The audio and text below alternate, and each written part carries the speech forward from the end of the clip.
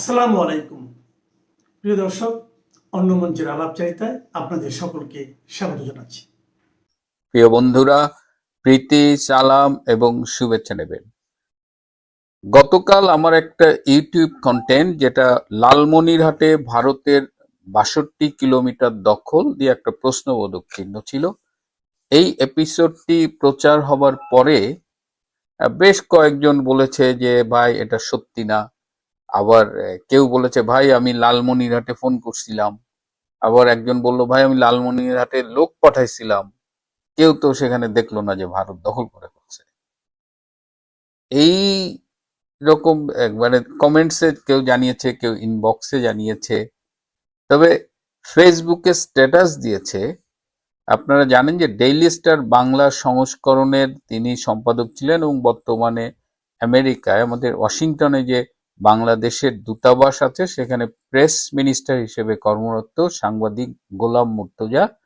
আর তার লেখার হাত দুর্দান্ত। আমি তার লেখার একজন গুণমুগ্ধ পাঠক। যদিও তিনি যা লেখেন সেই কন্টেন্টের সাথে আমি একমত নই, ভিন্ন মত নিয়েও আমার কোনো সমস্যা নেই। তিনি এই প্রেস মিনিস্টার হওয়ার আগে, বিশেষ করে গত বছর জুলাই অগাস্টের আগে, যখন ফেসবুকে কোনো ভিডিও আপলোড করতেন, কথা বলতেন, একক কোনো শো করতেন, প্রচুর ভিউ হতো আর কি, লক্ষ লক্ষ ভিউ হতো। কিন্তু আনফরচুনেটলি এখন তিনি যদি কিছু লেখেন না লেখেন তেমন ভিউটিউ হয় না। তো তিনি, যেহেতু আমার খুব পছন্দের মানুষ এবং আমার ফেসবুক ফ্রেন্ড হিসেবেও তিনি আছেন, যদিও তার টাইম লাইনটা আমার খুব একটা দেখা হয় না, আমার আরেকজন প্রিয় মানুষ ইনবক্সে সেটা পাঠালেন এবং তারপরে আরো দুই একজন পাঠিয়েছেন। তো তিনি ফেসবুক স্ট্যাটাসে এটি নিয়ে লিখেছেন যে আমি ডক্টর আবুল হাসনাত মিল্টন শিক্ষিত মানুষ, দেশের বাইরে থাকেন, তিনি ভালো কিছু কথা বলেছেন। তারপরে আমাকে তিনি আওয়ামী লীগের কেউ মনে করে তিনি একটু বলেছেন। এগুলো নিয়ে আমাকে সমালোচনা করলে আমি মাইন্ড করি না, আই অ্যাপ্রিসিয়েট দ্যাট। তো আমি আসলে একটু কৃতজ্ঞতা জানিয়ে নিই যে তার মতো এত বিগ প্রোফাইলের একজন মানুষ আমাকে নিয়ে যখন ফেসবুক স্ট্যাটাস দেন, তাতে আমার সম্পর্কে যারা চিনতো না তারা আমাকে চিনতে পারে। তো এই প্রচারটুকুর জন্য তাকে আমি ধন্যবাদ জানাই। যাই হোক, স্ট্যাটাসটা একটু পড়ি।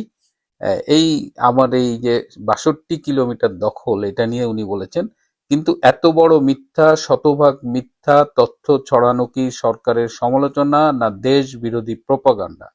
দেশের যে কোনো নাগরিক সরকারের সমালোচনা করতে পারে, কিন্তু দেশ বিরোধী প্রোপাগান্ডা কি চালাতে পারে? এইখানে আমার একটা কথা রয়েছে যে গতকাল গাজীপুরে আমাদের তিনি গিয়েছিলেন, আইন শৃঙ্খলা রক্ষাকারী বাহিনীদের সাথে তিনি একটি মিটিং করেছেন এবং মিটিং শেষে তিনি একটি সংবাদ সম্মেলন করেছেন।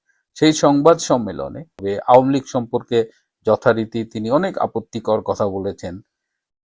সেই সংবাদ সম্মেলনে কেন কোনো সাংবাদিক এই প্রশ্নটি তাকে করেননি? কেন সাংবাদিকরা বলেননি যে এরকম শোনা যাচ্ছে, সামাজিক যোগাযোগ মাধ্যমে বলা হচ্ছে যে ওই চিকেন নেক লালমনিরহাটের ওই জায়গাটা ৬২ কিলোমিটার ভারতের দখলে চলে গেছে? এই প্রশ্নটি কেন করা হয়? আপনাদের জ্ঞাতার্থে জানাচ্ছি যে ওখানে সংবাদ সম্মেলনের আগে তার ব্যক্তিগত কর্মকর্তারা সাংবাদিকদের জানিয়ে দিয়েছিলেন যে এই সংবাদ সম্মেলনে ৬০, ৬১, ৬২ সম্পর্কিত কোনো প্রশ্ন করা যাবে না। তার মানে এই যে চিকেন নেকের ওইখানে লালমনিরহাট সংশ্লিষ্ট যে ৬২ কিলোমিটার ভারতের দখলে চলে গেছে বলে আমরা প্রশ্ন তুলেছি বা আমরা বলছি, সেই বিষয়ে স্বরাষ্ট্র বিভাগে প্রশ্ন করা যাবে না। কেন যাবে না? এবার আপনাদের কনফিউশনের জন্য বলি, যারা ভেবেছিলেন যে এর মানে লালমনিরহাটে বোধহয় ভারতের সৈন্যবাহিনী ঢুকে গেছে, ভারতের ট্যাঙ্ক ঢুকে গেছে, ভারতের লালমনিরহাট জেলায় যেখানে বাঙালিরা থাকে সেটা বোধহয় দখল হয়ে গেছে, বিষয়টা তা নয়।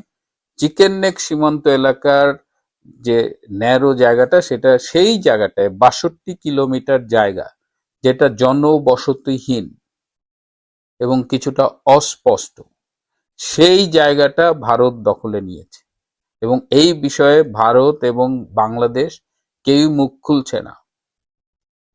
গোলাম মর্তুজা ভাইয়ের প্রতি আমার অনুরোধ থাকবে, তিনি তো সরকারের সাথে ওয়েল কানেক্টেড যতদূর জানি, তিনি কি স্বরাষ্ট্র উপদেষ্টাকে জিজ্ঞেস করে এর সততাটা একটু নিশ্চিত করতে পারেন?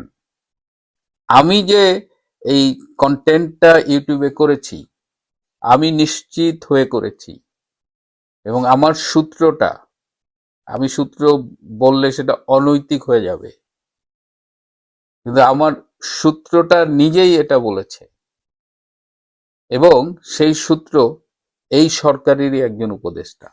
আমি এটুকু বলে দিলাম, বাকিটা মর্তুজা ভাই আপনি জিজ্ঞেস করে জেনে নেবেন। এর বাইরে আরো একজন দেখলাম যে এই যারা লালমনিরহাট এই চিকেন নেক দখল হয়ে গেছে এটাকে গুজব বলে স্ট্যাটাস দিয়েছেন। তো দ্বিতীয় জনের নামটাও আমি বললাম না, কারণ তার সাথে আমার পরিচয় নাই। আমি গোলাম মর্তুজা ভাইকে চিনি, তার সাথে আমার মতের মিল না হতে পারে, but still we can talk. কিন্তু দ্বিতীয় জন যিনি দিয়েছেন তার স্ট্যাটাসটা আমি গোনায় ধরি না এই কারণে যে তিনি প্রায় স্ট্যাটাস দেন, আবার স্ট্যাটাস প্রত্যাহার করেন, আবার ক্ষমা চান, এবং আওয়ামী লীগারদের একটা অদ্ভুত গুণ, আমার আপনার দোষ তারা ক্ষমা না করলেও এইসব পরজীবীদের, এইসব প্যারাসাইটদের জন্য একেবারে ক্ষমার ঢালি নিয়ে বসে থাকে। সুতরাং সেই বিষয়টা বলবো না, কিন্তু আমার যেসব দর্শক, প্রিয় দর্শক, আমি চেষ্টা করি যে তথ্যগুলো আপনাদের সামনে দেই, সেটা আমার পক্ষে সর্বোচ্চ চেষ্টা থাকে সেটা ভেরিফাই করার। আর যখন সরকারের একজন উপদেষ্টা এই কথাটি বলেন, তখন সেটি আমার অবিশ্বাস করবার কিছু নেই। এবং আমি এর বাইরেও আমি চেষ্টা করেছি বিভিন্ন সংবাদ মাধ্যম, মানে সাংবাদিক সহ। সো আই ওয়াজ কনভিন্সড, কিন্তু সেটা ইট ডাজেন্ট মিন যে ওইখানে একেবারে লালমনিরহাটের ভিতরে ঢুকে গেছে আর্মি। সো আমার আশা করি এই বিষয়টাকে গুজব বলে যারা উড়িয়ে দিয়েছেন তারা একটু রিথিঙ্ক করবেন। এবার আসেন, একটু ক্যান্টনমেন্টে ভীষণ কড়াকড়ি আরোপ করা হয়েছে। সকল আর্মি অফিসারকে তাদের টেলিফোনকে মনিটরিং এর আওতায় নিয়ে আসা হচ্ছে। তারা কার সাথে কথা বলছে, কোথায় কথা বলছে, কি কথা বলছে, এই সব কিছু এখন মনিটর করা হচ্ছে। পাশাপাশি তারা দেশের বাইরে যাদের সাথে কথা বলেন, বিশেষ করে তাদের আত্মীয় স্বজন, সেটাও তাদের হেডকোয়ার্টারে জানাতে হবে যে হ্যাঁ, আমার 5 জন আত্মীয় আছে বিদেশে, আমি এই 5 জনের সাথে কথা বলি, তাদের নাম, তাদের ফোন নাম্বার, তাদের সংক্ষিপ্ত জীবন বৃত্তান্ত, এই সব কিছু দিতে হবে। এই ক্যান্টনমেন্টে হঠাৎ এই কড়াকড়ি আরোপে অনেকেই বিস্ময় প্রকাশ করেছে। এই কড়াকড়ি যে শুধুমাত্র আর্মি অফিসার মধ্যে আছে তাও নয়, 32 জন ভাবি আর্মি অফিসারের ওয়াইফ, তাদের আজমির শরীফে যাওয়ার কথা ছিল, ভারতের আজমির শরীফে সফরের কথা ছিল, এবং 5ই নভেম্বর গিয়ে 9ই নভেম্বর ফেরার কথা ছিল।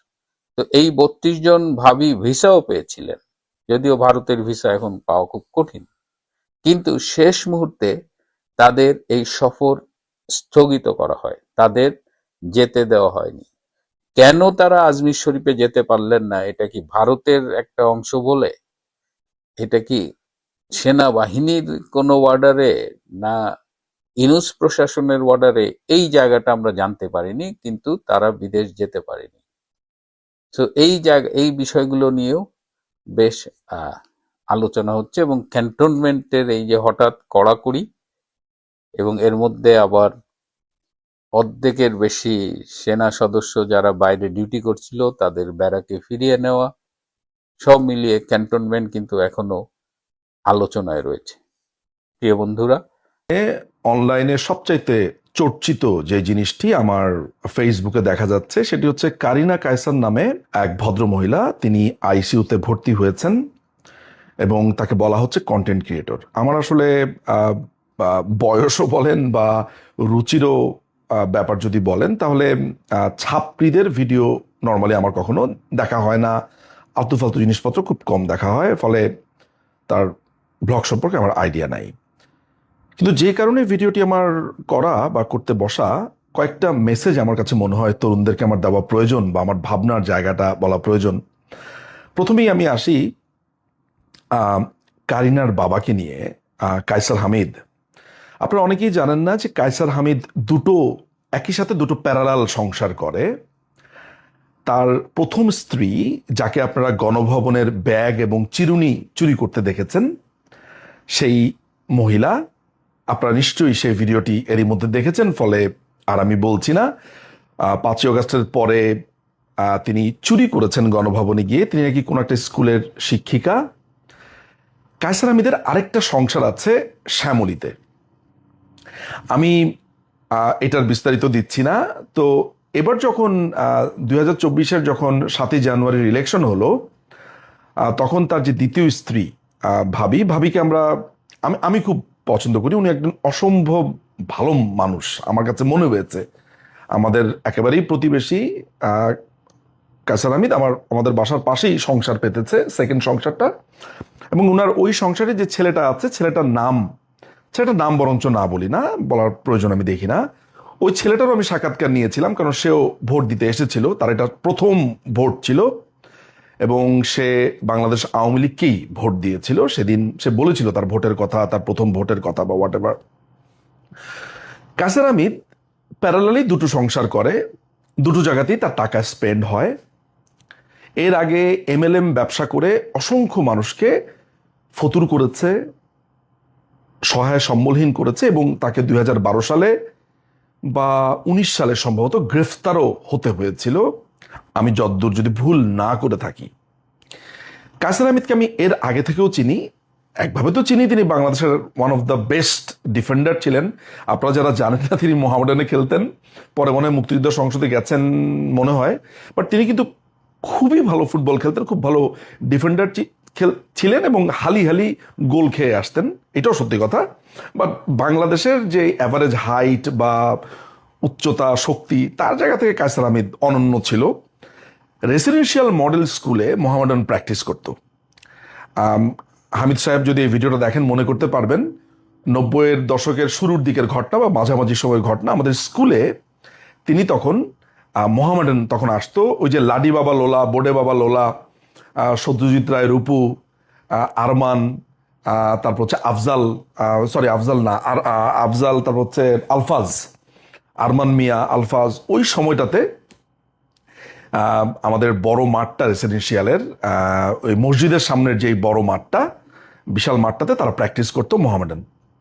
তো আমরা স্কুলের পরপরই আমরা গিয়ে দাঁড়া থাকতাম, খেলা দেখতাম, মোহামেডানের প্র্যাকটিস দেখতাম। আসলে এটা তো প্র্যাকটিস হিসেবে তারা লিজ নিয়েছিল, ভাড়া নিয়েছিল। আমার মনে আছে আমাদের আরেক বড় ভাই সেখানে খেলতে আসতেন, আমাদের রিপ্পি ভাইও তো গত হয়েছেন। যাই হোক, স্মৃতির মন্থন বাদ দেই। সেটা হচ্ছে যে কায়সার হামিদকে আমরা এভাবেই চিনি। 5ই অগাস্টের পরে কায়সার হামিদের যে এই চুরি দেখতে গিয়েছিলাম, যে গণভবনের প্রিন্টার চুরি করেছে, ল্যাপটপ চুরি করেছে, তার ওয়াইফ ব্যাগ চুরি করেছে, কারিনা তার পাশেই দাঁড়িয়েছিল। এখন একটা গণভবনের চুন্নি সে আইসিইউতে ভর্তি হলে তাকে কি আমি অভিসম্পাত করব?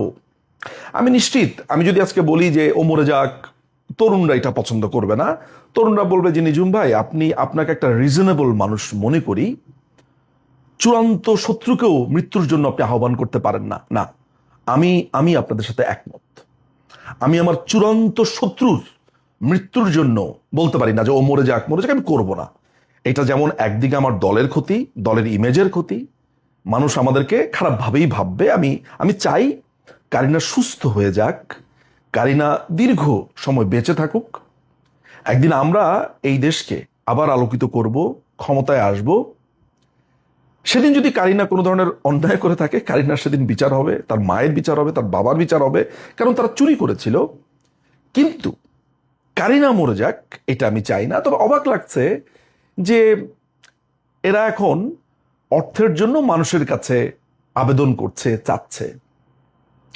যাদেরকে তারা ফ্যাসিস্ট বললো, আমি অনেককেই দেখেছি, আওয়ামী লীগ ঘরানার অনেকেই সহমর্মিতা দেখিয়ে টাকা পয়সা দিচ্ছে, যাই না। যাদেরকে তারা ফ্যাসিস্ট বললো, লুটেরা বললো, আমি শুনেছি যে আওয়ামী লীগের কোন এক নেত্রী বা কেউ একজন মনে হয় সাহায্য করছে। এটাও খুবই অ্যালার্মিং একটা ব্যাপার, বুঝতে পারছি না কেন। জানি না যে এদের টাকা পয়সার হেল্প তারা এখন নেবে কিনা। হয়তো বা অসুস্থ থাকলে, মেয়ে অসুস্থ থাকলে বাবা মা হয়তো অন্যদিকে আর তাকায়ও না। কিন্তু আজকের এই ভিডিওটা কেন? আজকের এই ভিডিওটা আমি এটা বলার জন্য করিনি যে ওই যে গণভবনে চুরি করেছিলেন আল্লাহ শাস্তি দিয়েছে, না ভাই, মারা আমাকেও যেতে হবে একদিন, তার মানে কেউ আগে কেউ পরে, এটা নিয়ে মারা যাওয়া কোনো শাস্তি হতে পারে না, এটা প্রত্যেকটা মানুষকে মারা যেতে হবে। আমি যদি বলি যে অমুক ওই মারা গেছে শাস্তি পেয়েছে, ব্যাপারটা এমন যে আমি আর মারা যাব না, ইটস নট লাইক দ্যাট। এবং আমিও এই তরুণদেরকে এইটাও বলি যে তরুণরা আমাদেরকে নিষ্ঠুর ভাবার কোনো কারণ নেই। কারিনার ব্যাপারে দুঃখবোধ আছে, কষ্ট আছে, ভয়ঙ্কর রকমের বিতৃষ্ণা আছে, কিন্তু তাই বলে এটা বলবো না যে ও মরে যাক অক্কা পাক, না, অসুস্থ হয়ে উঠুক। কিন্তু এটাও মনে করিয়ে দেই, আজকে কারিনা কিন্তু প্রত্যেকের সহমর্মিতা, ভালোবাসা, আদর, স্নেহ পেতে পারত, সবাই মিলে কিন্তু আজকে কারিনাকে সাহায্য করত। কিন্তু কিন্তু দেখুন, এই নোংরা কাজটার কারণে বাংলাদেশের একটা বড় অংশ যারা মুক্তিযুদ্ধের, মুক্ত বুদ্ধির, যারা বঙ্গবন্ধুকে ভালোবাসে, যারা আওয়ামী লীগকে ভালোবাসে, আমি আওয়ামী লীগ বাদই দিলাম, যারা মুক্তিযুদ্ধের পক্ষের, তারা কিন্তু এই মেয়েটা থেকে সরে এসেছে। সে গণশত্রুতে পরিণত হয়েছে। খুব গুটি কয়েক কিছু মানুষ, এমনকি ওই হুজুররাও দেখলাম একে গালিগালাজ করছে, যাদের পক্ষে এই মেয়েটাও ছিল, তারাও নেই পাশে। তো শেষ পর্যন্ত ওই বাংলাদেশ আওয়ামী লীগের মানবিক কিছু মানুষজনই ভেতরে ভেতরে এদেরকে সাহায্য করছে, নিশ্চয়ই চিকিৎসা করুক, আবার ইন্ডিয়াতেও যেতে যাচ্ছে। আমরা চাইলে কিন্তু এখন ক্যাম্পেইন করতে পারি যে ওকে ইন্ডিয়ার ভিসা না দেওয়া হোক, বলতে পারি আমরা, কিন্তু না, সেটাও আমরা করব না। বাংলাদেশ আওয়ামী লীগ ঠিক এমন, আজকে নেত্রী যদি থাকতেন আমি নিশ্চিত সরকারি অনুদান দেওয়া হতো, তাকে চিকিৎসার জন্য দেওয়া হতো। যেমন গাজী মাজহারুল আনোয়ার সারা জীবন বিএনপি করেছে, বা আপনার যে আগুনের বাবা, এরা আজীবন পাকিস্তানপন্থী বিএনপি করেছে, কিন্তু এদের পরিবারকে ঠিকই মাননীয় প্রধানমন্ত্রী ওইটাকে আলাদা করে দেখেছেন। তিনি মির্জা ফখরুল ইসলাম আলমগীর তাকে চিকিৎসার জন্য টাকা দিয়েছেন, সে বিএনপির মহাসচিব না কি, এগুলো মাননীয় প্রধানমন্ত্রী দেখেন নাই। শুধু এতটুকু বলার জন্য যে আমরা মানবিক, আমরা মানুষের মৃত্যু কামনা করি না, আমরা মানুষের কষ্টে দুঃখ পাই, যন্ত্রণা পাই, এবং আমরা মনেও রাখি কে আমাদের সাথে কি করেছে। তরুণদেরকে এই মেসেজগুলো দেওয়ার জন্যই এই ভিডিওটি করেছি। দেখুন, একতরফা ভোট থেকেই টাইরান্ট আওয়ামী লীগ হয়েছে বলেই গণ আন্দোলন হয়েছে, আওয়ামী লীগের পতন হয়েছে, যে সাইকেল, এই সাইকেলে এখন যদি আবার একতরফা হতে থাকে, একতরফা হলে একতরফা সরকারও হয়ে যাবে স্বৈরতান্ত্রিক, করাপশন বাড়বে, অ্যাকাউন্টেবিলিটি থাকবে না, জনগণের অংশগ্রহণ থাকবে না, প্রতিনিধিত্ব থাকবে না, সেই সরকার ধাপে ধাপে স্বৈরাচার হতে বাধ্য এবং স্বল্পতম সময়ে। স্বৈরাচার যখন একটি সরকার হয়ে যাবে, তখন আরেকটি আন্দোলন, গণ অভ্যুত্থান বা আরেকটি সোশ্যাল প্রেশার সেখানে আসবেই। সরকারের অপূরণীয় ক্ষতি হয়ে গেল, তার কারণ সরকারের সীমাবদ্ধতার মধ্যে সুপ্রিম কোর্ট হচ্ছে সবচেয়ে বড় সীমাবদ্ধতা। একটা প্রবলেম যেটা হবে, সুপ্রিম কোর্ট বাড়ির নেতা, অ্যাটর্নি জেনারেল বা বিচারপতিরা অনেক সময় ন্যায় বিচার করতে চাইলেও সামনের দিনে একতরফা সিচুয়েশনের কারণে তারা ন্যায় বিচার করতে পারবেন না। একটা মব লিড গভর্নেন্স যেটা শুরু হয়েছে, আমি সেটার প্রতিক্রিয়া দেখতে পাচ্ছি। এই সুপ্রিম কোর্টের মানে প্রার্থিতা বাতিলও এক ধরনের মব, বাতিলটাও এক ধরনের মব, এক ধরনের ফ্যাসিজম। এখন যে নজিরটা হলো, সমর্থক হিসাবে, দোসর হিসাবে আশঙ্কা করে, লিস্ট করে, ডিলিস্ট করে, ডিএনফ্রাঞ্চাইজ করে 40 থেকে 44 জনকে আপনি ভোট করতে দিলেন না, কি অভিযোগ তাদের বিরুদ্ধে আছে? মাঠে থাকলো কারা? জামাত, বিএনপি, এনসিপি। সংসদে আছে কারা? জামাত, বিএনপি, এনসিপি। দেশ চালাচ্ছে কারা? জামাত, বিএনপি, এনসিপি। সম্পূর্ণ একদলীয় একটা শাসন পার্লামেন্টে আছে। সুপ্রিম কোর্ট তার এক্সেপশন হতে পারতো, অনেকবার হয়েছে, অনেকবারই কিন্তু আওয়ামী লীগ ভোট করেছে, জয়লাভ করেছে। ঢাকা বারে এবং সুপ্রিম কোর্ট বারে তাদেরকে ভোট করতে দেওয়া হলো। সরকারের অপূরণীয় ক্ষতি হয়ে গেল, তার কারণ সরকারের সীমাবদ্ধতার মধ্যে সুপ্রিম কোর্ট হচ্ছে সবচেয়ে বড় সীমাবদ্ধতা একটা। এবং সুপ্রিম কোর্ট জাজ, সুপ্রিম কোর্ট লয়াররা সরকারের বিরুদ্ধেই মামলা করে, সরকারের বিরুদ্ধেই অর্ডার হয়। তো একটা ভ্যালিয়েন্ট, একটা ইন্ডিপেন্ডেন্ট সত্তা এখানে কাজ করে। এবং সুপ্রিম কোর্ট বার কোনো রাজনৈতিক দলের লেজুর ভিত্তিও না প্র্যাকটিক্যালি।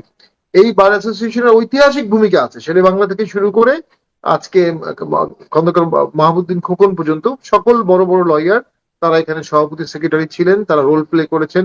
এরশাদ স্যারের সময় তো ব্যারিস্টার ইশতিয়াক এবং শামসুল হক সাহেবের নেতৃত্বে এখানে বিশাল আন্দোলন হয়েছিল।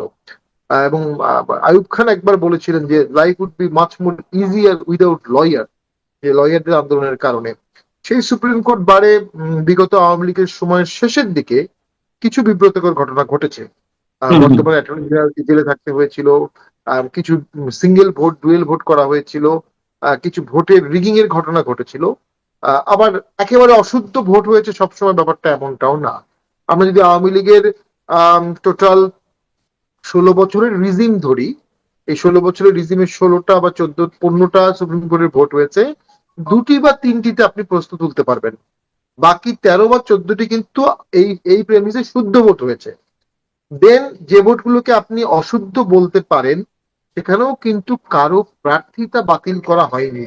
এবং বর্তমানে যিনি আমাদের প্রেসিডেন্ট পদপ্রার্থী, আমাদের সকলের প্রিয় খন্দকার মাহবুব উদ্দিন ভাই এমপি, উনি বিএনপির খুবই গুরুত্বপূর্ণ নেতা এবং বাংলাদেশের রাজনীতির একটি উজ্জ্বল নক্ষত্র, সুপ্রিম কোর্টের খুব বড় আইনজীবী এবং বড় আইনজীবী নেতা। উনিও কিন্তু প্রায় 9বার উনি সভাপতি হয়েছিলেন এই আওয়ামী লীগের আমলে। তো ওনাকে কিন্তু অল পার্টি ভোটও দিত, ওনাকে সবাই পছন্দ করে। তো উনি সামহাও হয়তো বা প্রিভেন্ট করতে পারেনি, কিন্তু এখন যে নজিরটা হলো, সমর্থক হিসাবে, দোসর হিসাবে আশঙ্কা করে, লিস্ট করে, ডিলিস্ট করে, ফ্রাঞ্চাইজ করে 40 থেকে 44 জনকে আপনি ভোট করতে দিলেন না, কি অভিযোগ তাদের বিরুদ্ধে আছে? তারা কি এর আগে সুপ্রিম কোর্ট বারের অ্যাসোসিয়েশনের কোনো কোড অফ কন্ডাক্ট ভায়োলেট করেছে? মেম্বারশিপের কোনো কোড অফ কন্ডাক্ট ভায়োলেট করেছে? নির্বাচনের প্রার্থী হওয়ার যোগ্যতা কি তাদের ছিল না? কি কারণে করলেন? কি কি লেটার দিলেন? কি চিঠি দিলেন? কি তদন্ত করলেন? কারটা ব্ল্যাঙ্কে অমনিবাস একটা বাঞ্চ অফ পিপলকে আপনি বাদ করে দিলেন। মাঠে থাকলো কারা? জামাত, বিএনপি, এনসিপি। সংসদে আছে কারা? জামাত, বিএনপি, এনসিপি। দেশ চালাচ্ছে কারা? জামাত, বিএনপি, এনসিপি। সম্পূর্ণ একদলীয় একটা শাসন পার্লামেন্টে আছে। সুপ্রিম কোর্ট তার এক্সেপশন হতে পারতো, অনেকবার হয়েছে, অনেকবারই কিন্তু আওয়ামী লীগ ভোট করেছে, জয়লাভ করেছে। ঢাকা বারে এবং সুপ্রিম কোর্ট বারে তাদেরকে ভোট করতে দেওয়া হলো না। এখানেও তাহলে একটা একদলীয় হয়ে প্রবলেম যেটা হবে, সুপ্রিম কোর্ট বারের নেতা, অ্যাটর্নি জেনারেল বা বিচারপতিরা অনেক সময় ন্যায় বিচার করতে চাইলেও সামনের দিনে একতরফা সিচুয়েশনের কারণে তারা ন্যায় বিচার করতে পারবেন না। একটা মব লিড গভর্নেন্স যেটা শুরু হয়েছে, আমি সেটার প্রতিক্রিয়া দেখতে পাচ্ছি। এই সুপ্রিম কোর্টের মানে প্রার্থিতা বাতিলও এক ধরনের মব, বাতিলটাও এক ধরনের মব, এক ধরনের ফ্যাসিজম। তো সেটা আসলে খুবই অনাকাঙ্ক্ষিত ছিল। আমি মনে করি এই বিষয়টি আলোচনার মাধ্যমে সমাধান করা উচিত ছিল। বার ছাড়া যখন জাস্টিস খান্না তার এডিএম জামালপুর মামলায়, হেভিয়াস কর্পাস মামলায় ইন্দিরা গান্ধীর বিরুদ্ধে জাজমেন্ট দিল, ইমার্জেন্সির সময় কোনো ছেলেকে যদি অ্যারেস্ট করা হয় 24 ঘন্টার মধ্যে প্রডিউস করতে হবে, এই জাজমেন্ট লেখার সময় বিচারপতি খান্না বলেছিল যে আমাকে ইন্দিরা গান্ধী আর prime minister, chief justice of India করবে না। এবং দেখা গেল কয়দিন পরে তাকে চিফ জাস্টিস অফ ইন্ডিয়া করলো না। সেটার প্রতিবাদে সমস্ত বারে ইন্ডিয়াতে ব্যাপক আন্দোলন হয়েছিল, ব্যাপক আন্দোলন। এবং জাস্টিস খান্না, যাকে কেউ চিনত না, হি বিকাম দ্য ন্যাশনাল হিরো, সেই 1979 এর কথা বলছি।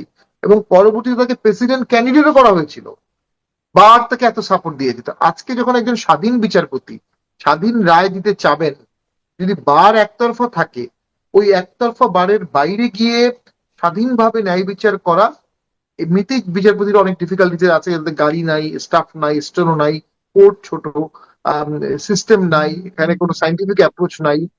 তার সাথে যখন আপনার যুক্ত হবে যে বারটা কম্পিটিটিভ না, বারটা একদলীয়, সেটার ক্ষেত্রে যখন সামনে সাংবিধানিক সংকট বা ন্যায় বিচারের প্রশ্নগুলো আসবে, সেখানে কিন্তু জুডিশিয়ারি তার জুডিশিয়াল স্টেটসম্যানশিপ, লিডারশিপ, ওথ ওথকে ফলো করা, এটা কিন্তু করতে তাদের কষ্ট হবে। এবং অ্যাটর্নি জেনারেল সহ সুপ্রিম কোর্ট বারের ভবিষ্যৎ সভাপতি যারা হচ্ছেন, তাদের পক্ষেও ন্যায় বিচার করা কঠিন হবে, কারণ তারাও সারাউন্ডেড হবে তাদের দল দ্বারা। তারা সেখানে ভারসাম্য করবে কিভাবে? সো দলীয় ভিত্তি বাড়বে, নেপোটিজম বাড়বে, আইনের ভোগান্তি বাড়বে, দৃশ্যমান ন্যায় বিচারের ব্যত্যয় বাড়বে, এবং সেটা প্রতিরোধ করার মতো কোনো মেকানিজম, মেশিনারি তো আমরা দেখছি না। যেটা আসলে আমাদের লয়ারদের একটা ব্যর্থতা, যে আমরা এই প্রতিষ্ঠানটাকে আলাদা করতে পারলাম না। যেখানে যেখানে আওয়ামী লীগ ভোট করতে পেরেছে আইনজীবীদের মধ্যে, সেখানে সেখানে কিন্তু এই পরিস্থিতিতেও ঈর্ষণীয় সাফল্য দেখিয়েছে যে বারগুলোতে ভোট করেছে, অনেকগুলো বারে। তো সেক্ষেত্রে আমি মনে করি যে সুপ্রিম কোর্ট বারেও যদি আওয়ামী লীগ পন্থীরা বা যারা ভোট করতো, তাদেরকে আমি আওয়ামী লীগ পন্থী বলবো না, তারা তো আইনজীবী, তারা ভোট করলে তারাও অনেক ভোট পেত। ঐতিহাসিক ভাবে সুপ্রিম কোর্টে আওয়ামী লীগের একটা শক্ত ভিত্তি ছিল। 2001 থেকে 2006, ওই সময় ব্যারিস্টার আমিনুল ইসলাম, রুকনুদ্দিন মাহমুদ, তারা এখানে আন্দোলন করেছিল। 2005-06 সালে বাংলাদেশের আন্দোলনের কেন্দ্রবিন্দু ছিল সুপ্রিম কোর্ট। 111 এসেছে সুপ্রিম কোর্ট থেকে। এখানে যখন দুপুর 2টোর সময় জুরিসডিকশন চেঞ্জ করে দেওয়া হলো, তখন মারামারি হলো, আগুন হলো। সেই আগুনের প্রেক্ষিতে গিয়ে কিন্তু পরবর্তীতে 111 আসে, ওয়ান অফ দ্য কজ।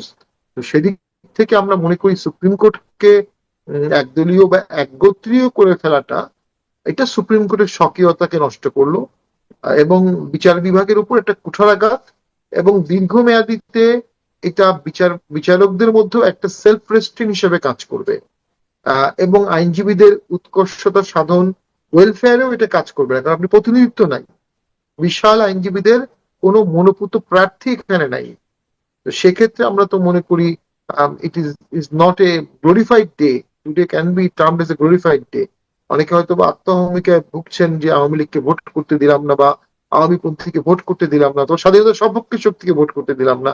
কিন্তু প্র্যাকটিক্যালি আমি মনে করি দে আর বেসিক্যালি তাদের নিজেদেরই একটা বিভৎস কিম্ভূত কুমাকার দিকেই তো নিয়ে যাচ্ছে। এর ফলশ্রুতিতে এই বার অ্যাসোসিয়েশন লয়ার্সদের জন্য খুব ভালো রোল প্লে করতে পারবে না, প্রতিনিধিত্বশীল হলো না। তো যদি সুপ্রিম কোর্ট বার প্রতিনিধিত্বশীল না হয়, তাহলে লয়াররা কিভাবে ডিফেন্ডার অফ হিউম্যান রাইটস হবে, কিভাবে তারা সোশ্যাল ইঞ্জিনিয়ার হবে? তো লয়ারদেরকে অবশ্যই আমি মনে করি বিএনপি পন্থী আইনজীবী যারা আছেন তাদের জন্য আমি মনে করি এটা অযাচিত একতরফা নির্বাচনটা সম্পূর্ণ অযাচিত। তারা অনেক পপুলার দল এবং তারা এখানে সুষ্ঠু ভোটেও অনেক ভালো রেজাল্ট করতেন। সেখানে এটাকে একতরফার দিকে নিয়ে যাওয়াটা আমি মনে করি বিএনপি পন্থী আইনজীবীদের জন্য একটা কৌশলগত ভুল। আসসালামু আলাইকুম। বাংলাদেশ যে খতরা মে হ্যায়, এটা বাংলাদেশে এখন আমজনতা, একেবারে অশিক্ষিত কৃষক, মূর্খ শ্রমিক, তারাও বুঝে গেছে যে আমেরিকার সাথে ইউনূস আমাদের একটা গোলামি চুক্তি করে গেছে। বিশেষজ্ঞরা পত্রপত্রিকায় বলে না, এখন সোশ্যাল মিডিয়া অনেক শক্তিশালী। সোশ্যাল মিডিয়ার মাধ্যমে গ্রামগঞ্জের মানুষও জেনে গেছে যে বাংলাদেশে মাংসের নামে ইচ্ছা করলে আমেরিকানরা আমাদের শুকরের মাংস খাওয়াইতে পারবে। যে চুক্তি হয়েছে, যে বাংলাদেশে প্যারাসিটামলের দাম 20 টাকা হবে। বাংলাদেশ পৃথিবীর যে কোনো দেশের সাথে বাণিজ্য করতে গেলে, নিরাপত্তা চুক্তি করতে গেলে, যে কোনো দেশের সাথে ব্যবসায়িক সম্পর্ক করতে গেলে আমেরিকার অনুমোদন লাগবে। বাংলাদেশ তেল সংগ্রহ করতে গেলে আমেরিকার দয়া কৃপা লাগবে। এসব দেখে শুনে আমাদের পাশের দেশের মানুষরা বলে বাংলাদেশ হলো না, বাংলাদেশ হলো না। আমরা আপনার শ্রীলঙ্কার মতো দেশের যে অন্তর্বর্তীকালীন সরকারের প্রধান ছিলেন সুশীলা কার্কি, তিনিও বলেছিলেন যে আমরা বাংলাদেশ হইতে চাই না। আর পশ্চিমবঙ্গে বিজেপি সরকার জেতার পরে সেখানকার বিজেপির সমর্থকরা বলছে আমরা বাংলাদেশ হব না, বাংলাদেশ হইতে চাই না। এর একটা অন্যতম বড় কারণ হলো ওই পাশের দেশ থেকে বলে ওটা আমেরিকার উপনিবেশ হওয়ার চেষ্টা করতেছে। অনেকদিন ছিল ব্রিটিশের গোলাম, এখন আমেরিকার গোলাম হওয়ার চেষ্টা করছে। আর সেই গোলামী চুক্তি আমাদের জনগণের নির্বাচিত সরকার যাকে বলি, সেই জনগণের নির্বাচিত সরকার তারা সেটা বাতিল করবে না, স্পষ্ট বলছে এটা বাতিল করবে না। এই চুক্তিতে কি এমন আছে যে বাংলাদেশের উপকার হয়, লাভ হয়, এখন পর্যন্ত কেউ কিন্তু সে আলাপ করে না। শুধু ওই পররাষ্ট্র মন্ত্রী, তিনি সেই সময়কার কারিগর আর কি, এই চুক্তির কারিগর ডক্টর খলিলুর রহমান, তিনি শুধু বলে যান যে হ্যাঁ এই চুক্তি ভালো চুক্তি, পৃথিবীর এতগুলো দেশ করেছে, আমরাও বুঝে শুনে করেছি, এটা একটা ভালো চুক্তি হয়েছে। কিন্তু ভালোটা কি সেটা আর আমরা বুঝে পাই না। বলে চুক্তি বাতিল করবে না, এটা পর্যালোচনা করবে। দয়া, বিএনপি সরকারের দয়া হয়েছে, তারা পর্যালোচনা করবে। খবরটা এরকম ছড়িয়েছে যে বলা হচ্ছে যুক্তরাষ্ট্রের সঙ্গে বাণিজ্য চুক্তি বাতিল নয়, পর্যালোচনা করবে সরকার। প্রধানমন্ত্রীর তথ্য উপদেষ্টা তিনি বলছেন যে যুক্তরাষ্ট্রের সঙ্গে হওয়া বাণিজ্য চুক্তি বাতিল নয়, বরং সরকার সেটি পর্যালোচনা করবে বলে জানিয়েছেন প্রধানমন্ত্রীর তথ্য সম্প্রচার বিষয়ক উপদেষ্টা ডক্টর জাহিদুর রহমান। চুক্তির বিভিন্ন দিক তদন্ত করে দেখা হবে বলেও মন্তব্য করেছেন তিনি। মঙ্গলবার সচিবালয়ে তথ্য অধিদপ্তরের সম্মেলন কক্ষে সরকারের বিভিন্ন কার্যক্রমের অগ্রগতি নিয়ে আয়োজিত সংবাদ সম্মেলনে তিনি এই কথা বলেন। যুক্তরাষ্ট্রের সঙ্গে বাংলাদেশের বাণিজ্য চুক্তি প্রসঙ্গে তথ্য উপদেষ্টা বলেন, চুক্তি যদি দেখি তাহলে দেখব এটা বাতিল করার অপশন আছে, মানে 60 দিনের নোটিশ দিয়ে বাতিল করে দেওয়া যাবে। এটা হলো 1 নম্বর। 2 নম্বর হচ্ছে এই চুক্তির মধ্যে আরেকটা কন্ডিশন আছে, দুই দেশ আলোচনার মাধ্যমে চুক্তির বিভিন্ন শর্তে পরিবর্তন করতে পারে। তিনি বলেন, আমি আমার জায়গা থেকে মনে করি অন্তত আমরা পরে যে অপশনটা বললাম, অর্থাৎ চুক্তিটা পর্যালোচনা করা, আগে সরকারি পর্যায়ে এটার পর্যালোচনা করা উচিত। ভালো লক্ষণ। জাহিদুর রহমান বলেন, প্রধানমন্ত্রীর সঙ্গে আমি এই ইস্যুতে কথা বলেছি, আমরা সরকারের মধ্যেও এই চুক্তি নিয়ে কিছু পর্যালোচনা করব। এটা খুবই শক্তিশালী চুক্তি এবং এটা বাতিল করে দেওয়ার প্রভাব কি হতে পারে নিশ্চয়ই আমরা বুঝতে পারি। আবার কোন প্রেক্ষাপটে এই চুক্তি স্বাক্ষরিত হয়েছে সেটাও আমরা বুঝতে পারি। না বোঝার কিছু নাই, ইউনূস সাহেব দালালি করে সেটা করেছে। তবে গভর্নমেন্ট যে পর্যালোচনা করে এবং গভর্নমেন্টে আলাপ হচ্ছে, এটা একটা বড় কারণ কি জানেন? মানুষের সেন্টিমেন্ট। বাংলাদেশের পুরো মানুষের সেন্টিমেন্ট এই চুক্তি বিরোধী, সবাই ক্ষেপে আছে যে আমাদের একটা স্বাধীন সার্বভৌম দেশকে, এমনিতেই বাংলাদেশে ভারত বিরোধী যেরকম সেন্টিমেন্ট আছে, আমেরিকা বিরোধী সেন্টিমেন্ট আছে। সেই আমেরিকার সাথে শুধু আমেরিকার লাভ হবে সেরকম একটা চুক্তি বাংলাদেশের মানুষ সহজে মেনে নিতে পারছে না। সর্বত্রই তো এটা নিয়ে সমালোচনা। জাহিদুর রহমান আরো বলছেন, তবে আমরা এই সুযোগটা নিতে পারি যে চুক্তির কিছু কিছু জায়গা পুনর্বিবেচনা করা যায় কিনা, যে জায়গাগুলোকে আমরা বেশি সমস্যাজনক বা রাষ্ট্রের জন্য ক্ষতিকর মনে করি সেগুলো নিয়ে আমরা আগে প্রাথমিক বিবেচনা করব। আমরা আশা করি এ বিষয়ে আমরা তাদের সঙ্গে আলোচনা করব। কিন্তু গ্যাঞ্জামটা একই দিনে লেগে গেছে ভিন্ন একটা জায়গায়। একজন আবার গোমর ফাঁস করে দেওয়ার চেষ্টা করছেন, যদিও তার নিজের দায় ঢাকার চেষ্টা, তিনি এর আগে ওই চেষ্টাটা করেছেন। তিনি হচ্ছেন ফরিদা পারভিন, যিনি এই ফরহাদ মাজারের স্ত্রী ফরিদা আক্তার, যিনি অন্তর্বর্তীকালীন সরকারের সময়ে একেবারে ধুমায়ে উপদেষ্টা পরিষদের থেকে উপদেষ্টা পদ এনজয় করেছে। সে আবার নতুন করে একটা আলোচনার জন্ম দিয়েছে। বলছে বিএনপি জামাতের মতো করে যুক্তরাষ্ট্রের সঙ্গে বাণিজ্য চুক্তি, বিএনপি জামাতের মত নিয়েই যুক্তরাষ্ট্রের সঙ্গে বাণিজ্য চুক্তি হয়েছিল। সেই গোমরটা কি? বিএনপি জামাত সহ রাজনৈতিক দলগুলোর মতামত নিয়ে ত্রয়োদশ জাতীয় সংসদ নির্বাচনের 3 দিন আগে যুক্তরাষ্ট্রের সঙ্গে অন্তর্বর্তী সরকারের বাণিজ্য চুক্তি হয়েছিল বলে জানিয়েছেন ওই সরকারের মৎস্য ও পানি সম্পদ উপদেষ্টা ফরিদা আক্তার। এর আগে কিন্তু বলেছে যে ওই চুক্তির মৎস্য প্রাণী সম্পদ আমদানি করা, মানে মাংস আমদানি করা বিষয়ে তার কাছে একটা মতামত জানতে চাওয়া হয়েছিল। তিনি ওইটা মানেননি, ওইটা আপত্তি জানিয়েছিলেন, কিন্তু চুক্তিতে সেটা তার আপত্তি রাখা হয়নি। এর বাইরে তিনি আর কিছু জানেন না, এটা ছিল ফরিদা আক্তারের আগের বক্তব্য। কিন্তু এখন তিনি বলছেন যে তিনি জানেন যে এটা বিএনপি এবং জামাতের মত নেওয়া হয়েছে। মঙ্গলবার দুপুরে রাজধানীতে জাতীয় প্রেস ক্লাবে নয়া কৃষি আন্দোলন ও উবিনিগের উন্নয়ন বিকল্পের নীতি নির্ধারণী গবেষণা আয়োজনে হাওরে বোরো ধান বিপর্যয় ও জলবায়ু পরিবর্তনের করণীয় নির্ধারণ বিষয়ে আলোচনায় এই কথা জানান তিনি। সাবেক অন্তর্বর্তী সরকারের উপদেষ্টা ফরিদা আক্তার বলেন, নির্বাচনের 3 দিন আগে মার্কিন যুক্তরাষ্ট্রের সঙ্গে অন্তর্বর্তী সরকারের বাণিজ্য চুক্তি করা হলেও বিএনপি জামাত সহ বিরোধী দলগুলোর মতামত নিয়ে তা করা হয়েছিল। এই কারণে তারা কেউ এখন এই চুক্তির বিরুদ্ধে কিছু বলছে না। চুক্তি অনুযায়ী চাইলে চুক্তিটি বাতিল ও সংশোধন করা যায়। তিনি বলেন, তবে সবার দাবি তোলা উচিত, এই চুক্তি নিয়ে যেন সংসদে আলোচনা করা হয়, দাবি করা উচিত।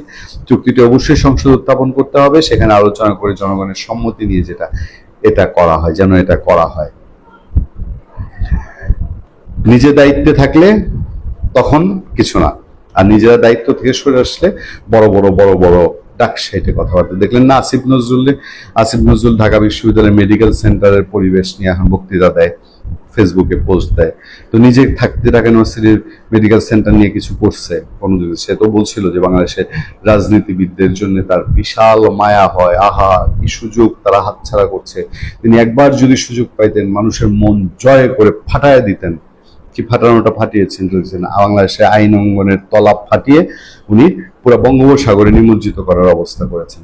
এখন এই যে সরকার ভাবা শুরু করেছে যুক্তরাষ্ট্রের সঙ্গে, সে ইউনূস সরকার প্যাচ মেরে গেছে, আর খলিলুর রহমানকে পররাষ্ট্রমন্ত্রী রেখে আমেরিকার স্বার্থ হানি হয়, বাংলাদেশের স্বার্থ উপরে থাকে, এরকম কোন পদক্ষেপ কেউ কি বিশ্বাস করে যে বাংলাদেশের বর্তমান সরকার নিতে পারবে? আমার তো মনে হয় যে তথ্য উপদেষ্টা যেটা বলছেন এটা হলো জনগণের চাপে, মানুষের সেন্টিমেন্টটা তারা এখন বুঝতে পারছেন।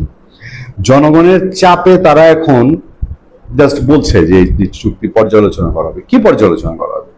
তারা তো বলছে যে হামেরও কি তদন্ত করা হবে। তো হামের তদন্ত করা হবে, উনি তো আগেই বলে দিয়েছেন, যে আগেই নির্ধারণ করে দিয়েছেন যে অন্তর্বর্তীকালীন সরকারের ইন্টেনশন ছিল না হামের শিশু মৃত্যু।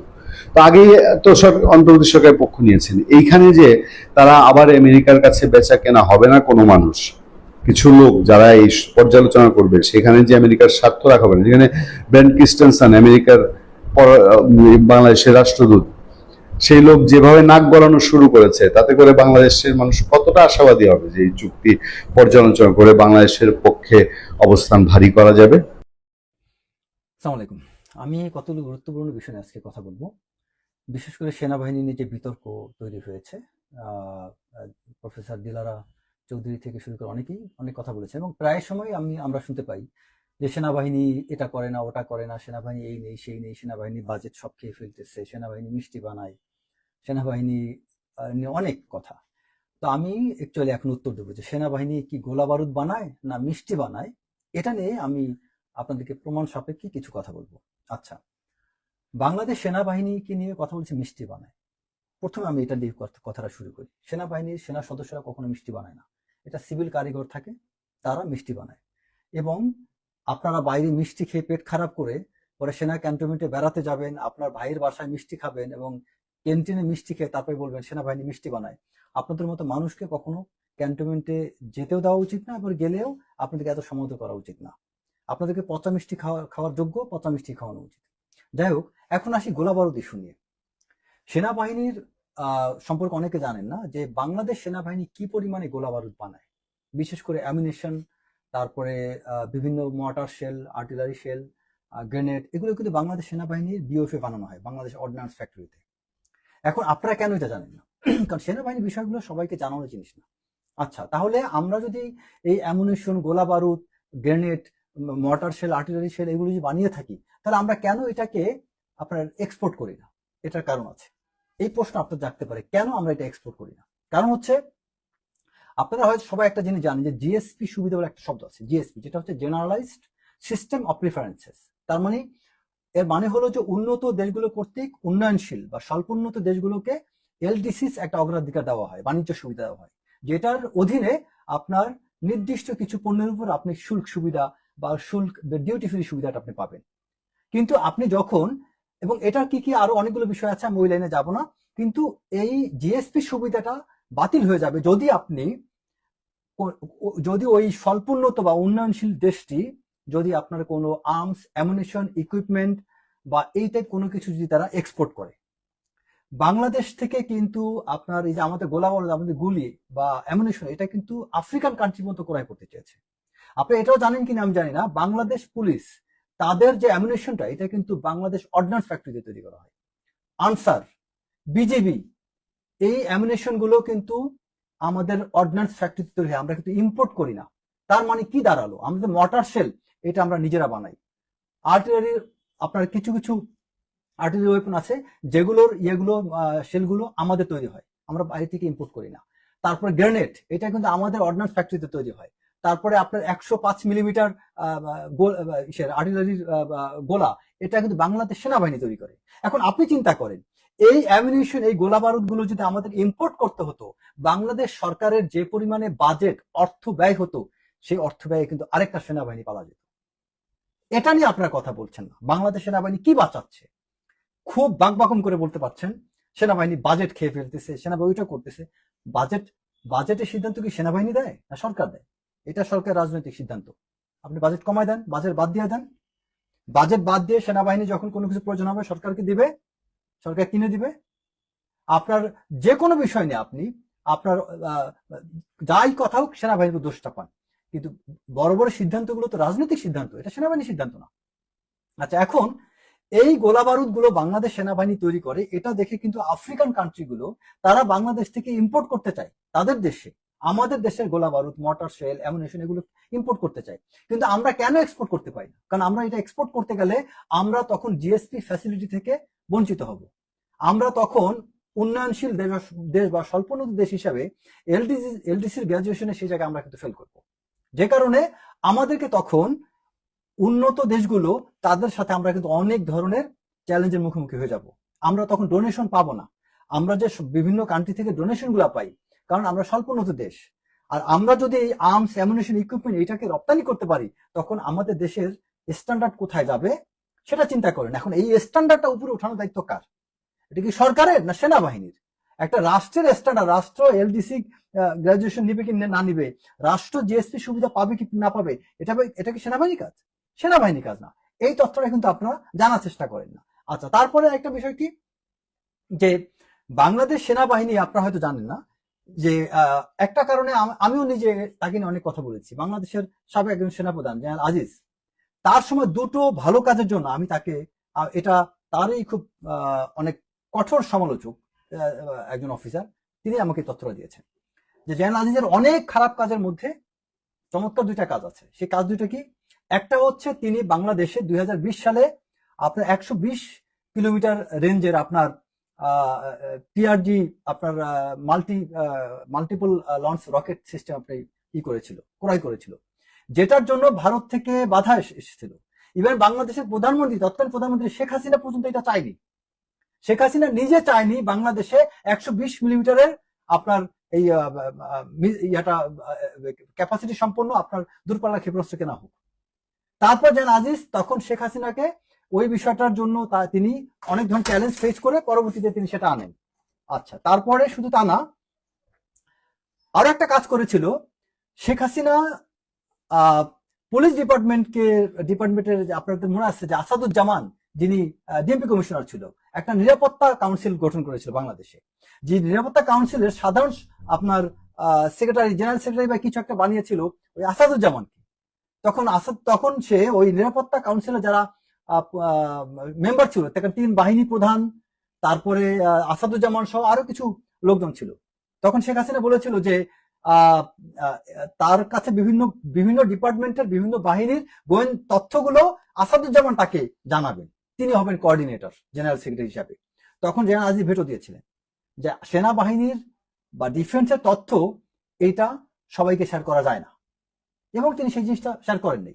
তো এরকম অনেক বিষয় আছে যে বাংলাদেশের সেনাপ্রধান প্রত্যেকে যারা ছিলেন, প্রত্যেকের সম্পর্কে অনেক সমালোচনা থাকতে পারে, বা তারা নিজ বাহিনী সম্পর্কে কিছু কিছু ভূমিকা তাদের ছিল, যেই জিনিসগুলো কিন্তু এই সেনাবাহিনীর স্বার্থে তারা নিয়েছিলেন, এবং যারা অনেক কিছু তারা পারেন নাই কারণ ওই সরকারদের কারণে। বিশেষ করে গত 17 বছরে শেখ হাসিনা অনেক কিছু সেটা করতে দেননি। এখন তারপরে পার্বত্য চট্টগ্রামে আপনারা কি জানেন ভারতে কাশ্মীরে কি হয় না হয়, ছোট্ট একটা ঘটনা নিয়ে বিরাট বিরাট মুভি হয়ে যায়। বাংলাদেশে তো কোনো মুভি হয় না সেনাবাহিনী নিয়ে, কিন্তু আপনারা জানেন যে এই পার্বত্য চট্টগ্রামে কত সেনা কর্মকর্তা শহীদ হয়েছে। আমি নিজে হিল ট্রেক্সে থাকা অবস্থা আমার মনে আছে, নানিয়ারচর ব্যাটালিয়নে আমি তখন দিগলসরি ক্যাম্পের ক্যাম্প কমান্ডার, সেখানে একজন ক্যাপ্টেন গুলিতে নিহত হলো জাস্ট আমার ক্যাম্প থেকে সামান্য দূরত্বে। 9 ইস্ট বেঙ্গল নামে একটা রেজিমেন্ট আছে বাংলাদেশে, ব্যাটালিয়ন আছে। 9 বেঙ্গলের কোন একটা জায়গায় অ্যাম্বুশড হয়ে প্রায় 10-12 জন, আমার ঠিক এক্সাক্ট ফিগার মনে নেই, অনেকগুলো সেনা সদস্য নিহত হয়েছিল। এরকম অনেক ব্যাটালিয়ন আছে, ইস্ট বেঙ্গল রেজিমেন্টের আর্টিলারি ব্যাটালিয়ন আছে, যারা প্রচুর সেনা সদস্যকে হারিয়েছে। কিন্তু এই বিষয়ে তো আপনারা কেউ কথা বলেন না। পার্বত্য চট্টগ্রামে সেনাবাহিনীর যে কি ভূমিকা, এটা নিয়ে কথা বলেন না। মিশনে সেনাবাহিনীর কি ভূমিকা, সেটা নিয়ে আপনাদের কথা হয় না। তারপরে আমাদের সেনাবাহিনী ইনেক্ট টু সিভিল পাওয়ারে কি করে, তা নিয়ে কথা হয় না। বাংলাদেশ সরকার সেনাবাহিনী বিভিন্ন সময় যে সেনাবাহিনী রাজনৈতিক অনেক ধরনের কারণে অনেক সরকারের বিভিন্ন জায়গায় পেছন থেকে অনেক কাছে সহায়তা এগিয়ে আসেন, এমনি আসেন। আমরা পরিস্থিতি বাধ্য করেন কেন? বাধ্য করার পর না সেনাবাহিনী এগিয়ে আসে। আজকে আপনি একটা জিনিস চিন্তা করেন যে সেনাবাহিনীর এই 5 জুলাই 5 আগস্ট এই সময় যদি সেনাবাহিনী প্রোঅ্যাক্টিভলি ভূমিকা না রাখতো, আজকে এই মুহূর্তে আপনারা এই বিএনপি গভর্নমেন্ট পাইতেন, গণতান্ত্রিক সরকার পেতেন। প্রতিবার বাংলাদেশে গণতন্ত্র আসতে এই সেনাবাহিনী সেনা কর্মকর্তার মাধ্যমে। শহীদ প্রেসিডেন্ট জিয়াউর রহমান তিনি গণতন্ত্র ফিরিয়ে এনেছিলেন, তিনি একজন সেনা কর্মকর্তা। 1990 সালে বাংলাদেশে গণতন্ত্র ফিরে আসছিল এই সেনাবাহিনীর মাধ্যমে। 2011 পরে আপনার 2008 সালে গণতন্ত্র ফিরে আসছিল সেনাবাহিনীর কারণে। আবার এই 5 আগস্টের পরে বাংলাদেশে গণতন্ত্র ফিরে আসছে সেনাবাহিনীর কারণে। কিন্তু সেনাবাহিনীকে আপনারা সমালোচনা করেন খুব সহজে। এখন এতই যেহেতু সমালোচনা করেন, তাহলে সেনাবাহিনীকে বাদ দিয়ে দেন। বাদ দিয়ে পরে কি অবস্থা হবে? শ্রীলঙ্কার মতো। শ্রীলঙ্কা কি করে জানেন? শ্রীলঙ্কার সেনাবাহিনী তাদের সদস্য সংখ্যা কম হওয়ার কারণে তাদের দেশে যখন ক্রাইসিস হয় তখন ইন্ডিয়ান সেনাবাহিনী দিয়ে তাদের সহায়তা নিতে হয়েছিল, যে কারণে পরবর্তীতে শ্রীলঙ্কার সেনাবাহিনী তাদের জনবল বৃদ্ধি করতে বাধ্য হয়েছে। আমরা কিন্তু ওই অবস্থা যাই নাই। আজকে আপনার যখন সেনাবাহিনী থাকবে না, বাংলাদেশে যখন ক্রাইসিস শুরু হবে, তখন আপনার ভারত থেকে পাকিস্তান থেকে সেনাবাহিনী আনতে হবে। আর আপনারা আরেকটা ব্যাপার বলি, যে কথায় কথায় অস্ত্র গোলাবারুদের কথা বলেন। প্রথমত হচ্ছে অস্ত্র গোলা বারুদ এই সক্ষমতা বৃদ্ধি সরকারের কাছে, আর সরকার যদি এটা না করে থাকে তাও সরকার একটা উপায় আছে। সেটা কি, বাংলাদেশ যদি অর্থনৈতিকভাবে সমৃদ্ধশালী হয়, উন্নত দেশ হয়, তখন বাংলাদেশ সেই জাপানের মতো, আপনার সৌদি আরবের মতো ডিফেন্স প্যাক্ট তৈরি করতে পারে, যেমন যেটা পাকিস্তানের সাথে সৌদি আরবের ডিফেন্স প্যাক্ট আছে, আবার ইন্ডিয়ার সাথে রাশিয়ার ডিফেন্স প্যাক্ট আছে, আবার পাকিস্তানের সাথে চায়নার ডিফেন্স প্যাক্ট আছে। যে কারণে এই যে দেখেন ইরানের ক্ষেত্রে, ইরানের তো অনেক কিছু আপনারা শুনছেন নাই, কিন্তু সেই ইরান গোপনে চায়না থেকে অনেক সহযোগিতা পাচ্ছে না কেন? কারণ তাদের সেই ডিফেন্স প্যাক্ট আছে, তাদের তেল আছে, তাদের অর্থনীতির অনেক কিছুতে অবদান রাখার সুযোগ আছে। আপনার দেশের অর্থনীতি বাড়া, আপনি বাংলাদেশে আপনার আর পারমাণবিক না থাকুক, আপনার পারমাণবিক শক্তিধর দেশের সাথে অ্যালাইনমেন্ট করেন। বাংলাদেশ ভারতের সাথে শত্রুতা দরকার নাই, ভালো সম্পর্ক করুক, বন্ধুত্ব করা জায়েজ আছে, বিয়ে বসাটা জায়েজ না। ওই আলগা মুভমেন্টে বলেছিল স্বামী স্ত্রীর সম্পর্ক, আপনি ভারতের সাথে স্বামী স্ত্রীর সম্পর্ক করতে বলছে কি? এটা না করে বন্ধুত্বপূর্ণ সম্পর্ক রাখেন, সমান সমান ব্যালেন্স রিলেশনশিপ থাকবে, যে বাংলাদেশের ক্রাইসিসে ভারত তাকে সাপোর্ট দিবে, অথবা পাকিস্তানের সাথে আপনি অ্যালাইনমেন্টে যান, বাংলাদেশের ক্রাইসিসে পাকিস্তান বাংলাদেশকে সাপোর্ট দিবে, আপনি তাকে সাপোর্ট দিবেন, আপনি সে আপনাকে সাপোর্ট দিবে। কারো কাছে বিয়ে বসার তো প্রয়োজন নেই, আপনি হুজুর হুজুর করার তো দরকার নাই। এটা করার, এই জিনিসগুলো কে করবে? এটা সরকার করবে। সেনাবাহিনী কি করবে? সেনাবাহিনী হচ্ছে তার, আমাদের বাংলাদেশ সেনাবাহিনী যা করছে তা সে তার রুটিন কাজগুলো করছে। এই যে এখনো মাঠে সেনাবাহিনী ডেপ্লয়েড হয়ে আছে, সেনাবাহিনী আজকে ব্যারাকে ফেরত যাক, দেখেন পরিস্থিতি আপনি সামাল দেন। আপনি সেনাবাহিনী মাঠে রাখছেন কেন? সেনাবাহিনী আপনাকে মাঠে রাখতে বলছে কি? সেনাবাহিনী কাজ কি মাঠে কাজ করা? আপনি কেন রাখছেন তাহলে? আমার কথা, কারণ এটা দেশের প্রয়োজনে, দেশের স্বার্থে, দেশের স্বার্থে, দেশের শৃঙ্খলার জন্য, দেশের নিরাপত্তার জন্য সেনাবাহিনী মাঠে আছে। আবার সেই সেনাবাহিনী নিয়ে আপনারা সমালোচনা করছেন। তো এই বিষয়গুলো বাংলাদেশে সত্যিকার অর্থে আমাদের জন্য খুব দুঃখজনক, এবং এই মন্তব্যের কারণে সেনাবাহিনীকে আপনারা প্রতিপক্ষ বানানোর চেষ্টা করছেন। সেনাবাহিনীর কর্মকর্তা যারা আছে, অফিসার যারা আছে, সেনা সদস্য যারা আছে, তাদের ভিতরে নেতিবাচক প্রভাব বিস্তার করছে। এই নেতিবাচক প্রভাব বিস্তার না করে সেনাবাহিনীকে আপনি একটা সার্বভৌমত্বের, তারা দায়িত্বে আছে দেশের, তাদেরকে আপনি আপন ভেবে তাদেরকে নিয়ে পজিটিভলি কথা বলেন। ভারত তো কখনো সেনাবাহিনীতে বাজে কথা বলে না, পাকিস্তান তো বলে না। আর তার একটা কথা, সেনাবাহিনী বেতন নিয়ে, সুযোগ সুবিধা নিয়ে কথা বলেন। ওই পুলিশ সহ অনেক ডিপার্টমেন্ট সেনাবাহিনীর মতো সুযোগ সুবিধা চায়। সেনাবাহিনীর গাড়িতে স্টার প্লেট ইউজ করে, ফ্ল্যাগ ইউজ করে, এখন সেই জন্য অনন্য জায়গায়ও সচিব দূরে ফ্ল্যাগ লাগবে, তাদেরও স্টার প্লেট লাগবে কেন? সেনাবাহিনীর স্টার প্লেটের কারণ কি? এটা কি আপনারা জানেন? সেনাবাহিনীর গাড়িতে স্টার প্লেট থাকে, ফ্ল্যাগ থাকে, কারণ যুদ্ধ পরিস্থিতিতে যখন দূর থেকে একটা গাড়ি আসে, তখন কমান্ডারের গাড়ি দেখে তখন সৈনিকরা চিনতে পারে যেটা সেনাবাহিনী অমুক কমান্ডারের গাড়ি আসতেছে। গাড়ির স্টার প্লেট দেখে বুঝতে পারে এখানে কমান্ডার আসছেন। এটা ব্যাটল ফিল্ডের জন্য এই জিনিসটা করা হয়েছে। এখন আপনি বলতে পারেন বাংলাদেশের যুদ্ধ নাই, তাহলে সেনাবাহিনী কেন ওই স্টার প্লেট ইউজ করে? কারণ সেনাবাহিনী 24 ঘন্টা ডিউটি করে। সেনাবাহিনী আপনাকে এখন যদি সেনাপ্রধানকে প্রধানমন্ত্রী ডাক দেয়, তাকে কিন্তু ইউনিফর্মে দেখা করতে হবে, ইউনিফর্মে চলে আসবেন। কারণ কি? তিনি 24 ঘন্টা ইউনিফর্মে থাকেন। সেনা সদস্য, একটা সেনা সদস্য ক্যান্টনমেন্টের বাইরে গেলে তাকে লিভ নিতে হয়, আপনারা কি জানেন? একজন সচিব বাইরে গেলে তার লিভ নিতে হয় না। আপনার সচিব 5টার পরে তিনি অফিসে চলে, তাকে খুঁজে পাবেন না। একজন প্রফেসর 5টার পরে বাসা গেলে খুঁজে পাবেন না, ক্লাস শেষ, তিনি ঘুম। কিন্তু একটা সেনা কর্মকর্তা তিনি ঘুমান না, ঝিমান না, বেড়াইতে যান না, তাকে তার অফিস টাইমের পরে তাকে ব্যারাকে থাকতে হয়। ক্যান্টনমেন্টে অফিসার হলে অফিসার মেসে থাকবে, সৈনিক থাকলে সৈনিক ব্যারাকে থাকবে, কিন্তু তিনি তার প্রাইভেট পার্সোনাল বাসায়, সিভিল কোনো বাসায় যেতে পারবেন না। এটা আপনাদের জানা দরকার। সেনাবাহিনী 24 ঘন্টা ডিউটি করে, যে কারণে সেনাবাহিনীর সুযোগ সুবিধা কখনোই অন্য কোনো ডিপার্টমেন্টের সাথে কম্পারেবল হবে না। সেনাবাহিনীকে আপনি বিভিন্ন সুযোগ সুবিধা দিবেন, এখন আপনার ওইটা লাগবে, আপনার গাড়ির নাম্বার, আপনার স্টার প্লেট লাগবে, গাড়ির ফ্ল্যাগ লাগবে, আপনার বেতন বেশি লাগবে, তার বাসার মতো বাসা লাগবে, তার কোয়ার্টার লাগবে। আরে ভাই, তুমি ছুটিতে গেলে তোমার বাপের বাসা যাও, শ্বশুর বাড়ি যাও। একটা সেনা কর্মকর্তা ক্যান্টনমেন্টের ভিতরে থাকে, যার 24 ঘন্টা 24/7 365 ডেজ, 365 দিনের 24 ঘন্টা, 7 দিনে 24 ঘন্টা, প্রতিটা মুহূর্ত যাকে ক্যান্টনমেন্টে ব্যারাকে থাকতে হয়। তার বাসাটা সুন্দর হবে না?